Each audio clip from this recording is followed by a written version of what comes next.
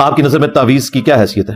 تعویذ لٹکانا تو یہ کوئی ثابت نہیں ہے. تعویذ سے مراد اگر نبی الاسلام کے تعویذات ہیں نا وہ ہیں المعوذات. آخری 3 صورتیں جو بخاری میں ہیں نبی الاسلام 3 دفعہ پڑھ کے ہاتھوں پہ پھونک کے جسم پہ ملتے تھے. 3 پناہ دینے والی صورتیں, یہ اصلی تعویذات ہیں. یوٹیوب پہ میرا کلپ ہے نبی الاسلام کے تعویذات. یہ لٹکانا, پرچیوں پہ لکھنا نمبر, یہ سب کے سب بدعت ہیں جی, اس کا اسلام میں کوئی نہیں ہے. جامع ترمذی میں ہے کہ کافروں سے اتنی دوری پر سکونت پذیر ہونا چاہیے کہ ایک دوسرے کی آگ بھی نہ دیکھ سکیں. پھر تو ہم دنیا میں کہیں رہ نہیں سکتے. ظاہر ہے دیوبندی کافر ہے بریلویوں کے نزدیک. میرے محلے میں دیوبندیوں کی مسجد ہے, میں کہاں جا کے رہوں؟ ہاں, اور دیوبندیوں کے نزدیک بریلوی شیطانی لشکر ہے, مجھے بتائیں میں کہاں جاؤں؟ دونوں مل کے کہتے ہیں اہل حدیث جو ہے وہ انگریزوں کے ایجنٹ ہیں. میں تو خود جہنم میں کافروں میں گرا ہوا ہوں. ہاں, اب یہ مذاق تو نہیں میں اڑا رہا, یہ ریالٹی ہے. آپ لوگ ایک دوسرے کو یہی سمجھتے ہیں. تو چاہے آپ مسلمان کافروں میں رہیں یا کافر کافروں میں رہیں, کوئی مانیت نہیں ہے. آپ نے اصل میں خود دین کے اوپر چلنا ہے. جی ہاں. جس شخص کے حالات خراب ہوں, کھانے کو کچھ نہ ہو, کیا وہ غیر اللہ کا نام کا لنگر لے کر کھا سکتا ہے؟ اگر زندگی موت کی کشمکش بن گئی ہے تو کھا سکتا ہے. وہ تو آپ مردار بھی کھا سکتے ہیں. لیکن اللہ کے فضل سے آج بھی ہر شہر کے اندر کئی تندوروں پہ لکھا ہوتا ہے انہوں نے کہ آپ اگر آپ کا پیسے نہیں, آپ کو روٹی فری ملے گی. آج جیلوں میں بھی اتنے دسترخوان چل رہے ہیں پورے ملک میں. میں نہیں سمجھتا پاکستان میں کوئی جگہ ہے جہاں پہ اس طرح کے دسترخوان نہ چل رہے ہوں. تو وہ اللہ کی رضا کی خاطر لوگ کرتے ہیں. باقی یہ مزارات کے اوپر بھی جو کھانا پینا ہے نا, کھانا اگر اللہ کے نام کا ہے تو اس کھانے کو ہم حرام نہیں سمجھتے, اس ایکٹیویٹی کو حرام سمجھتے ہیں. میں تو 11ویں کے کھانے کو بھی حرام نہیں سمجھتا. اگر کوئی کہتا ہے میں یہ اللہ کے نام کی دے رہا ہوں اور اس کا ثواب عبد القادر جیلانی کو پہنچ رہا ہے تو ہمیں اس ایکٹیویٹی سے اختلاف ہے. میت کی طرف سے صدقہ تو ہو سکتا ہے, لیکن اگر وہ کہہ رہا ہے میں عبد القادر جیلانی کے نام کی دے رہا ہوں پھر حرام ہو جائے گی. اگر کوئی عام حالت میں بھی قمیض کے بازو فولڈ کرتا ہے تو اسے بھی نماز میں قمیض کے بازو سیدھے کرنا ضروری ہے؟ اس کے لیے کوئی ضروری نہیں جی. اگر پرماننٹلی فولڈڈ ہے نا تو وہ اسی حال, اس کی وہ عام نارمل حالت ہے, پھر وہ ٹھیک ہے. اسکول والے سنت کے مطابق بڑے بال نہیں رکھنے دیتے. یار یہ بالوں میں ہی ساری سنت آپ نے ڈال دی ہے. ہاں, صحابہ کرام میں سے بعض لوگ جو ہے وہ بال نہیں بھی رکھتے تھے. مولا علی علیہ السلام کے بارے میں ابو داؤد میں حدیث نہیں ہے کہ وہ تو سر کے بال منڈوا دیا کرتے تھے. تو یہ وہ والی سنت نہیں ہے جس کے اوپر آپ ایک مصیبت کھڑی کریں. اس طرح کی جو سنت ہے وہ داڑھی ہے جس کے اوپر سختی سے عمل کرنا ہے آپ نے, جو فرض کے درجے میں, اور وہ بھی کم از کم اتنی ہو کہ اسے عرف عام میں داڑھی کہا جائے. مٹھی داڑھی ہو تو سنت ہے, لیکن اگر آپ نے اتنی چھوٹی رکھ لی جس طرح یہ رکھی ہوئی ہے ہمارے اس نے رضوان نے رکھی ہوئی ہے آج کل کرکٹر جو ہے, یا شاید افریدی صاحب نے, تو آپ گناہ کی کیٹیگری سے نکل جائیں گے. ہاں مٹھی رکھتے ہیں تو افضل بات ہے. وسیلہ ڈالنا جائز ہے کیا کوئی حدیث ہے؟ وسیلے کی 5 اقسام جائز بھی ہیں, اس کے اوپر میری تفصیلی ویڈیو آپ دیکھ لیں. اور ان میں سب سے بہترین یہ ہے کہ آپ نے کسی نیک آدمی سے جو دنیا میں موجود ہے جا کے دعا کروانی ہے. باقی یہ جو بزرگوں کے واسطے وسیلے ڈالتے ہیں اور وہ اللہ کو دھونس لگاتے ہیں, اس کی کوئی اصل نہیں ہے. وسیلہ کے نام پر دھوکہ, تفصیلی ویڈیو میری دیکھ لیں. ولی اللہ کو ماننا جائز ہے جی, ولی اللہ کو ماننا تو بہت اچھی بات ہے, اللہ کے ولی, لیکن وہ شیطان کے ولی نہ ہو. ہاں, اللہ کے ولی کہتے ہیں جی کتنے نے, جی ہے نے ابو بکر عمر عثمان ولی, نہیں جی اگے ٹورو. اچھا اگے بھی ٹور رہے ہیں, حسن بصری, ابن سیرین, امام زین العابدین, امام جعفر, امام باقر, اگے ٹورو جی, اگے بھی ٹور رہے ہیں, امام حنیفہ, امام شافعی, احمد بن حنبل, اگے ٹورو. اگے کتنا بھی ٹوریے تو آڑے بابے تک نہیں جیسی پہنچنا. اس کی وجہ ہے کہ نبی علیہ السلام نے گارنٹی لی تھی صحابہ تابعین تبع تابعین تک. اس کے بعد کہا کہ جھوٹے لوگ پیدا ہوں گے, امانت میں خیانت کریں گے. 8 سے 1000 سال پہلے بھی جھوٹوں کا زمانہ ہی تھا.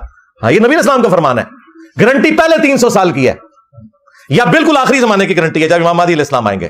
بیچ میں جتنے لوگ ہیں بھائی ان کی کوئی گارنٹی نہیں ہے, زیادہ تر فراڈی ہی ہیں. ہاں, میں نے آپ کو سننے کے بعد رفیدان شروع کیا اور میرے سسر نے مجھے کرتے ہوئے دیکھا, پھر گھر میں کافی جھگڑا ہو گیا. اس کے بعد میں نے چھوڑ دیا, یہ سوچ کر کہ جب تک شادی نہیں ہوئی تب. اچھا بعد پھر کرو گے, جان چھڑا لو, ہونی چھڑا لو بھائی, بعد بھی جھگڑا ہی ہوئے گا, چھوڑ دیں, یہ کام نہ کریں آپ. میں تو سمجھتا ہوں کہ اگر اس لیول تک جانا ہے بعد میں یہ دھوکہ بالکل نہ کریں, انہیں کلیئر کٹ بتائیں. جی لوگ کہتے ہیں جی وہ بعد میں جی پردہ کرا لیں گے. بھائی میری شادی نہیں ہوئی تھی, میں نے پہلے پیغام بھجوایا تھا کہ میری بیوی برقع پہنے گی, وہ جی نہیں چادر لیتی, میں نے کہا لیتی تھی ٹھیک ہے, شادی کے بعد برقع, اگر آپ کو قبول ہے تو ٹھیک ہے آگے چلے گا سلسلہ. تو یہ آپ یہ دھوکہ نہ کریں, بالکل سیدھے ہو جاؤ. ٹیلی پیتھی کیا ہے, یوٹیوب پہ تلاش کریں, اس کا دین سے کوئی تعلق نہیں. بھائی مجھے اللہ تعالیٰ نے پیاری سی بیٹی سے نوازا, میں اس کو دیکھ کر بہت پریشان ہوتا ہوں کہ اس کو اللہ کا تعارف کیسے کراؤں. وہ خدا نہ آئے یار, ہو جائے گا تعارف, ایڈی ٹینشن بھی نہ لے لو, انشاءاللہ بڑی ہوگی. آپ کے بچے تو آپ سے جلدی انشاءاللہ اللہ کا تعارف حاصل کر لیں گے. آج ان کے پاس ریسورسز موجود ہیں اللہ کے فضل سے.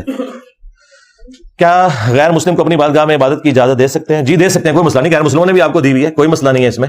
مسجد میں آنے کی اجازت آپ دے سکتے ہیں, اس میں کوئی ایشو نہیں ہے. ان کی عبادت گاہوں میں بھی آپ عبادت کر سکتے ہیں, بشرطے کے سامنے کوئی بت, کوئی شبیہ نہ لگی ہوئی ہو. تو پھر آپ وہاں پہ بھی, جس طرح بھی آیا صوفیہ انہوں نے کھولا ہے طیب اردگان نے, تو انہوں نے حضرت عیسیٰ علیہ السلام, سیدہ مریم کی جو تصویریں بنی ہوئی ہیں اس کے اندر, اس کے آگے وہ پردہ لٹکا دیتے ہیں نماز کے وقت میں, پھر وہ ہٹا دیتے ہیں. اس طرح امریکہ میں, جرمنی کے اندر, یہ کووڈ کے دنوں کے اندر کئی ایک گرجے تھے, وہ انہوں نے مسلمانوں کے لیے کھولے, کیونکہ جمعے کی اسٹرینتھ زیادہ ہوتی تھی اور سوشل ڈسٹینسنگ کا ایشو تھا. مسلمانوں کی مسجد تو بہت چھوٹی تھی, تو بلکہ امریکہ کی تو ایک مسجد کا میں پڑھ رہا تھا, انہوں نے تو کتنے ملینز آف ڈالرز لگائے ہیں اسے کمپیٹیبل بنانے کے لیے, وہاں پہ غسل خانے, وضو خانے اور یہ سارا سلسلہ کیا ہے. تو بالکل ٹھیک ہے, جائز ہے.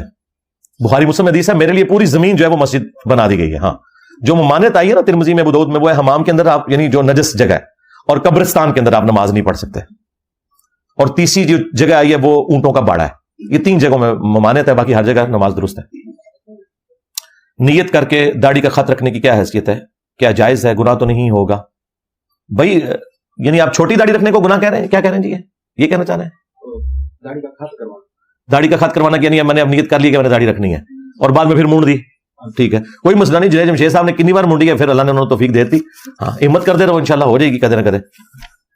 اگر کسی بچے کو دین کی تعلیم دلوانی ہے تو آپ کے مطابق کون سا مدرسہ بہتر رہے گا؟ الہدا انٹرنیشنل جی بہتر ہے, ڈاکٹر فرد ہاشمی. ہمارے گاؤں میں آپ کو لے کر ہمارے ساتھ بہت مسائل ہو رہے ہیں, مجھے کیوں لے کر لوگ لڑ پڑتے ہیں اس معاملے میں. بھائی میرے لیے کوئی کسی سے نہ لڑے, بھائی آپ نے لڑنا ہے اللہ اور اس کے نبی علیہ السلام کے لیے, وہ بھی علمی طور پہ, فزیکلی نہیں لڑنا. بھائی ہم سے کسی کو چڑھے, آپ کو کس نے کہا آپ ہمارا تعارف کروائیں؟ میں نے آپ کو اپنا تعارف کروایا. میں نے جب کچھ بھی آپ کو بتایا تو قرآن سے, بخاری مسلم سے بتایا. آپ انہیں قرآن بخاری مسلم شیئر کریں, اللہ کے فضل سے یہ پھر بھی اسی طریقے سے چڑھیں گے جس طرح پہلے چڑھ رہے تھے. ہاں, پھر آپ کو پتا چلے گا یہ شیطان کے ایجنٹ ہے. پھر آپ سے کیا پتا لگا ہے تانوں کنے دسی ہے حدیث, وہ چھڑ کنے دسی ہے.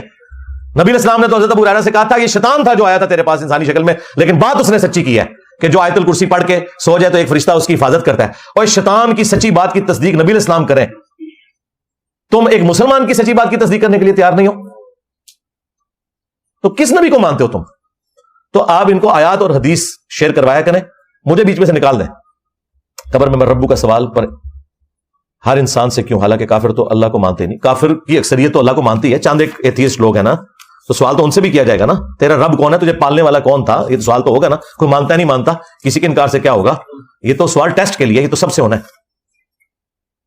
اس وقت موجودہ ملکی اور امت کے جو حالات ہیں, اس کے مدد رستے مسلمان ہونے کی ایسے ہمارا ولین فریضہ کیا ہے؟ اس ظلم بربریت کے خلاف ہمیں کیا حکمت عملی اختیار کرنی چاہیے؟ حکمت عملی میرے بھائی پیسیو ریزسٹنس ہی ہے, آرمڈ کنفلکٹ کا کوئی فائدہ نہیں ہے. دیکھ لیں عمران خان صاحب کتنے بڑے ڈان بنے ہوئے تھے, اس وقت وہ جن لوگوں کے ساتھ کہتے ہیں میں بیٹھوں گا بھی نہیں, اب وکیلوں کے ذریعے کہہ رہے ہیں یار میرے ساتھ مذاکرات کر لو. ہم اس وقت بھی بتا رہے تھے کہ اس طریقے سے آپ آگے چلیں گے تو بھائی جن کے ہاتھ کے اندر سلطہ ہے, جن کے ہاتھ کے اندر بندوق ہے, وہ تو بندوق سیدھی کر لیں گے, ٹھیک ہے. تو یہ کوئی طریقہ نہیں ہے کہ آپ اس طریقے سے اپنے معاملات کو لے کے چلیں. پیسیو ریزسٹنس ہی سب سے بیسٹ ہے. آہستہ آہستہ انہوں نے بھی لرن کیا ہے, وقت کے ساتھ وہ لرن کریں گے مزید.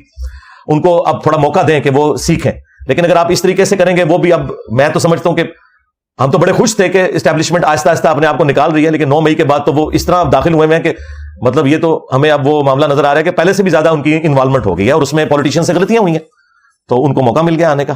باقی انڈیویجول لیول پہ آپ کا کرنے کا کام یہ ہے کہ اپنے قریبی رشتہ داروں پر آپ صدقہ اور خیرات کریں, اپنے مال میں سے جو اللہ نے آپ کو دیا ہے. کسی غریب بچے کی تعلیم کا خرچہ اٹھا سکتے ہیں وہ اٹھائیں, وہ آپ انڈیویجول لیول کے اوپر اپنا جو کر سکتے ہیں وہ کریں. باقی یہ جو آپ کو آیتیں حدیثیں پڑھ کے مولوی بھی اور پولیٹیشینز بھی گمراہ کر رہے ہیں نا, ان سے بچیں. ان کا نہ کوئی دین سے لینا دینا ہے.